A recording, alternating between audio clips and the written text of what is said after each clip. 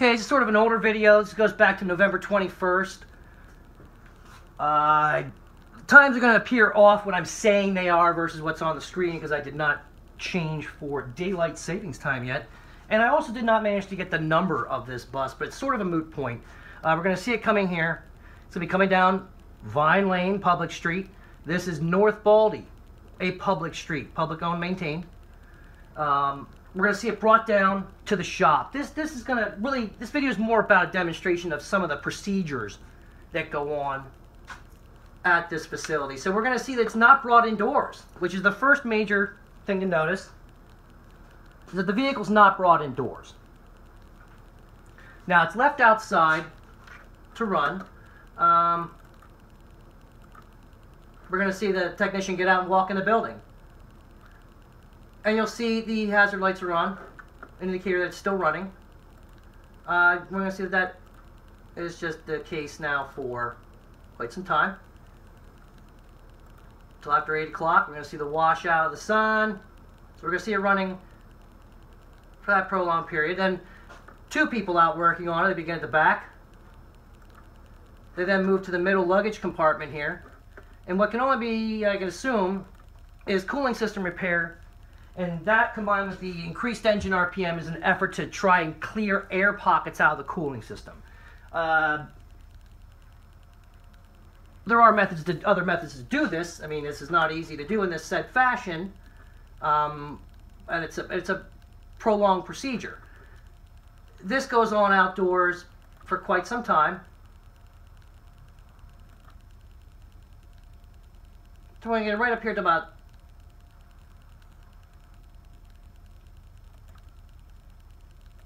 not here, where something goes on, something goes amiss, and the vehicle's buttoned up enough to be moved. Oh, I'm banging up here. We're going to see him close the doors up just enough in the front to move it. And now we're going to take, let's speed it up here. We're going to take note after it's moved. Now, not as easily to discern, but right here is one puddle. Here's another large puddle of antifreeze.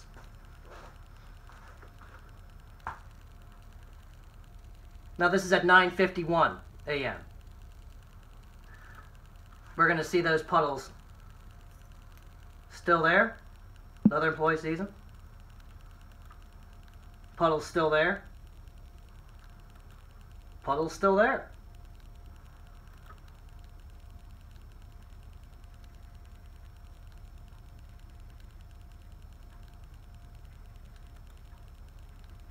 Right up until now. Let's speed it up again. We're going to see something is going amiss over here now. So we're about a half an hour later, bus still running. Something goes wrong. So the solution? What could it be? We're leaking. So the best thing to do is probably just back the bus up, revealing another puddle. It's at this point that now we're going to see some cleanup done. We see oil dry on the par of kitty litter, clay-based oil absorbent placed on the ground here and here, rather large swath of it here. So we're going to continue this on. This is at 8 times normal speed. This is the point where we're going to start to see various people come out and look at this vehicle. It is still running at this point. And we're approaching the 11 o'clock hour. We're going to see various people back and forth here.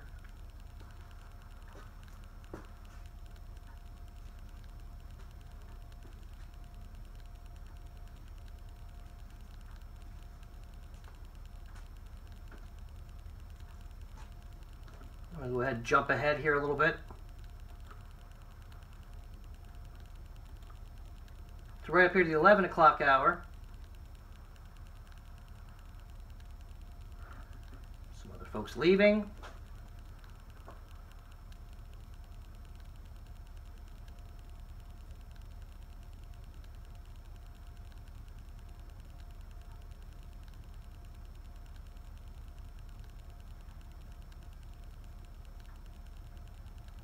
I'm walking away from it.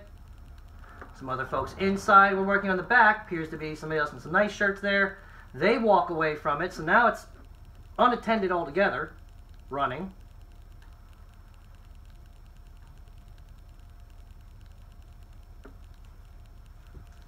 Right about now is where we see the last two technicians come out and begin to address the vehicle in the front.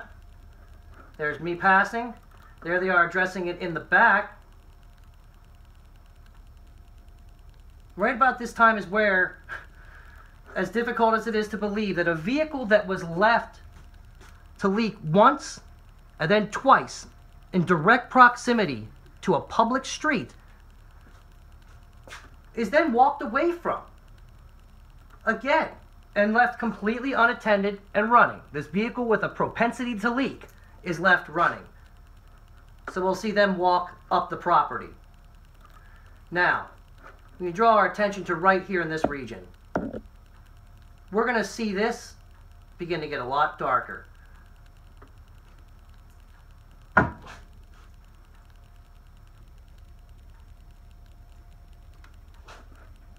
Now it's unfortunate we're going to see that. We see this start to run right here.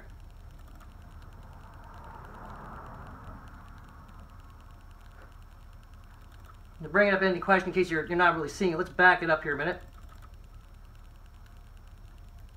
So they go away. We're going to see that start to creep out. Okay? And there it goes. So now you can see it's progressed pretty far. Okay, unfortunate as that may be. Now, at this point, this vehicle passes.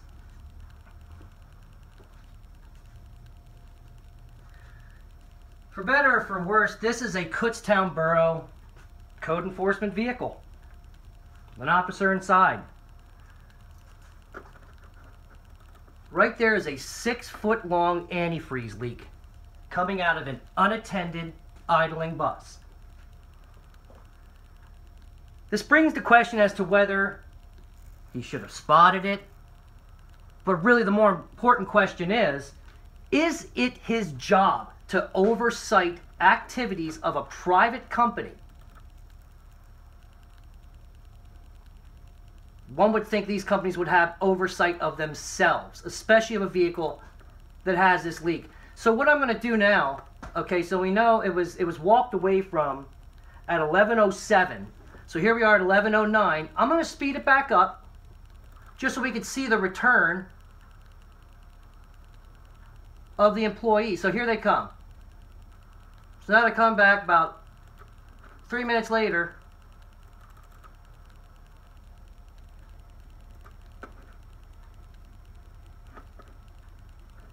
A little bit of hustle there. Oh, look at that. And this is it. Now we can see the extent of that leak. Now let's speed it up. And let's look at the response of that.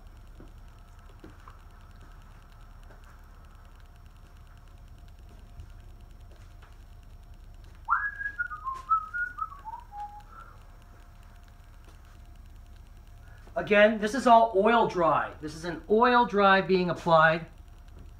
Propylene glycol, if you were to read an MSDS sheet for not too extensive spills, which believe it or not, despite the vastness of it, is really not all that much fluid. Propylene glycol, ethylene glycol, water soluble. MSDS sheets aren't going to recommend using an oil dry to clean this up. They're actually going to tell you to thin it out and mop it up if at all possible. But dilution is the solution. So now we're going to see an additional, this is a heavy oil dry substance being put down. Again, we're trying to absorb a water soluble element here. So we're going to see this stuff applied. This is a public street. Again, we're watching people drive past. There's people walking by. And this is, this is the extent of what you're going to see. This is a public street now blocked off due to what in some circles is a hazmat spill.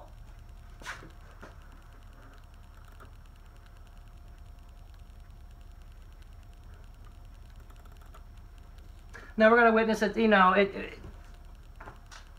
In the very loosest of ways, it's sort of shoveled back up.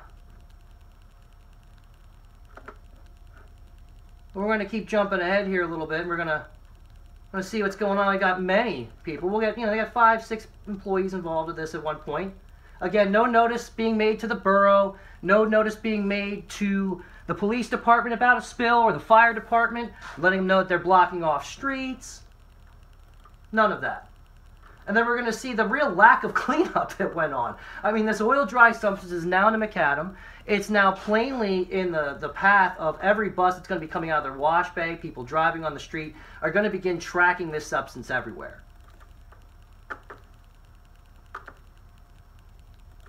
And we're just going to jump ahead in time here, and let's just take a look at that throughout the rest of the day. And we'll see what it was. Made a mess, so we move it again. This is a pattern of behavior, and especially with repairs being affected outdoors, this is when you have this sort of thing occur. When you have repairs outdoors, there's always a possibility of fluid leaks, and especially with the close proximity to storm drains, this can't continue.